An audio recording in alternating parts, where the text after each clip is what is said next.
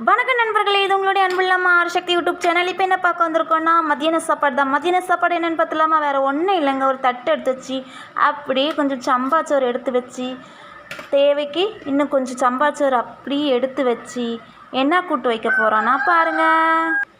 சுட சுட சம்பாச்சோறுக்கு அழகாக கடைஞ்சி எடுத்த பருப்பு போட்டு கடைஞ்சி எடுத்த கீரை கூட்டு தான்.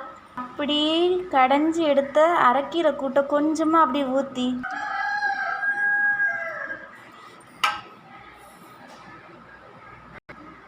அப்படியே கொஞ்சம் விரசி ஒரு வாய் சாப்பிட்டு பாருங்களேன், வேறு லெவலில் இருக்கும்.